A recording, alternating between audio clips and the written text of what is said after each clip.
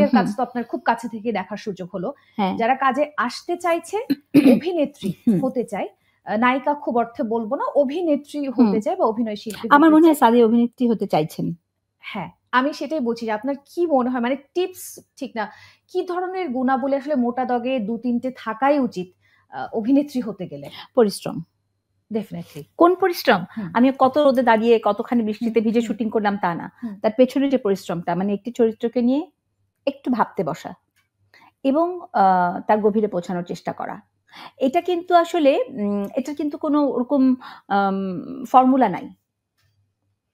মানে আমি যদি আমার জীবনেরটা বলি, এবং আমি খুব মন দিয়ে সাদিয়াকে সৌম্যকে বারবার জিজ্ঞেস করেছি, তোমরা এত সুন্দর করেছো, কিন্তু দুজনের কাছ থেকে আমি একই কথা জেনেছি, ওরা খুব গভীরভাবে এটা নিয়ে কাজ করেছে।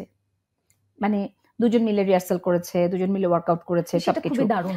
আর আরেকটা হচ্ছে যে ভালো ভালো কাজ দেখা, মানে আমরা কিভাবে আসলে শিখি, আমরা তো অনেক কিছু দেখে শিখি, পড়ে শিখি। তো অবজারভেশন তো একজন অভিনেতা অভিনেত্রীর জন্য অন্যতম একটি ক্ষমতার ব্যাপার, তাই না? আমাকে যদি এখন কেউ কালকে বলে যে তোমার অভিনয়টা করে দেখাতে, তুমি কেমন করে আমার ইন্টারভিউ নিচ্ছ, তা আমি তো তোমাকে পা থেকে মাথা পর্যন্ত কিন্তু অবজার্ভ করে ফেলেছি। তুমি কেমন জুতোটা পরেছো, কেমন দুলটা পরেছো, কেমন নাকফুলটা পরেছো, কেমন করে বসেছো, এটুকু না দেখলে তো হবে না। আমি তো তোমাকে আসলে পোর্ট্রে করতে পারবো না। কিন্তু এটা তো ধরো তুমি, কিন্তু যখন আমরা ইমাজিনারি একটা ক্যারেক্টার তৈরি করি, তখন সাহিত্য পড়ার জন্য না একটা অভিনেতা অভিনেত্রীর জন্য ভীষণ দরকার। সাহিত্য পড়লে মজাটা হয় কি, সাহিত্য আমাদের কল্পনার জগতে নিয়ে যায়। তুমি দেখো, তুমি এই জীবনে যত গল্প পড়েছো, তুমি কিন্তু দৃশ্যকল্পগুলো দেখতে পেয়েছো, তাই না? ধরো তুমি দেখতে পাচ্ছ একটা মেয়ে একটা ছেলেকে চিঠি লিখছে, বা সে আসলে রোদের মধ্যে দাঁড়িয়েছে, বা ধরি আমরা সবাই খুব মন দিয়ে সাতকাহন পড়তাম একটা সময়, দীপাবলিকে আমরা দেখতে পাই না? চা বাগানের মধ্যে দিয়ে যে দীপাবলি হেঁটে বেড়ায়, আমি তো দেখতে পাই। সাতকাহনই হয়তো পরে নাটক হয়েছে, কিন্তু আমি যখন পড়েছি তখন তো আমি দীপাবলিকে দেখেছি। আপা যে প্রশ্নটা করতে চেয়েছিলাম সেটা হচ্ছে, আপনি দীর্ঘদিন ধরে ইন্ডাস্ট্রিতে কাজ করছেন, বিভিন্ন ধরনের কাজ করেছেন। আমি আপনাকে ঠিক কমপ্লিমেন্ট করার জন্য আমি একটা ফ্যাক্ট তুলে ধরতে চাই। সে যখন আপনি কাজ করেছিলেন তখনও আফসানা মিমিকে এক নামে সবাই চিনত, এখনো চেনে। ওই জেনারেশন এই জেনারেশন পুরো জেনারেশন কাভার্ড, এটা আপনাকে এটা ফ্যাক্ট বলছি আমি।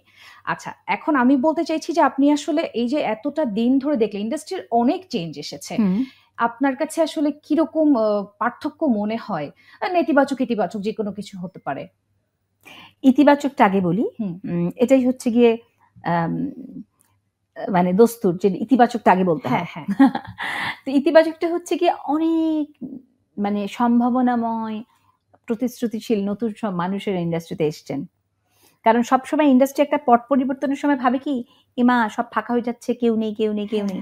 কিন্তু এত সব ভালো অভিনেতা অভিনেত্রীরা আসছেন, রাইটাররা আসছেন, ডিরেক্টররা আসছেন, প্রডিউসাররা আসছেন, এবং ভীষণ সময়ের সাথে তাল মেলানো মানুষেরা আসছেন, যারা বিশ্বের সাথে তাল মিলিয়ে চলবার মতো করে নিজেদেরকে তৈরি করে আসছেন। এইটা একটা বিশাল সুন্দর একটা পরিবর্তন। আচ্ছা, ঠিক আছে।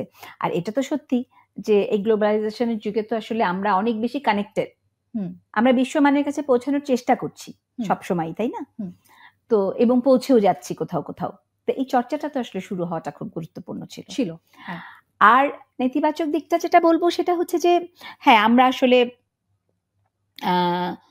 কখনো কখনো আমাদের সংস্কৃতি থেকে দূরে সরে যাচ্ছি, ভাষাকে অমর্যাদা করছি। শুধুমাত্র কোন জিনিসটা মানুষ খাচ্ছে সেদিকে দৌড়ালে হবে না। আমার মনে হয় যারা শিল্প সাহিত্য সংস্কৃতি নিয়ে কাজ করেন, তাদের আসলে সমাজের প্রতি একটা দায়বদ্ধতা থাকে, যে আমি এমন কিছু করব না যেটা দিয়ে আমার সমাজের কাছে কোনো রং মেসেজ যেতে পারে। অ্যাবসলিউটলি, মানে কোন জিনিসটা খাচ্ছে, এটা সুন্দর একটা কথা বলেছেন, সেটাই যে দেখাতে হবে তা না, কোন জিনিসটা খাওয়া উচিত সমাজের। হ্যাঁ, মানে আমাদের কিন্তু একটা আমার দর্শকের রুচি তৈরি করাও কিন্তু আমাদের একটা দায়িত্ব। অ্যাবসলিউটলি।